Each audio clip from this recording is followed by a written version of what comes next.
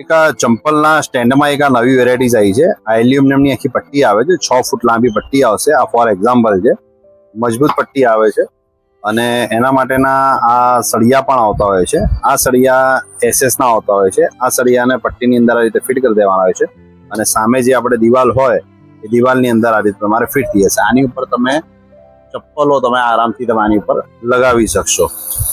તો આમાં મેઇન ફાયદો શું છે કે આ પટ્ટીમાં તમારે માત્ર 2 કે 3 તમારે બોલ્ટ મારવાના રહેતા હોય છે, એટલે આખી દિવાલ તમારી ખરાબ થતી નથી.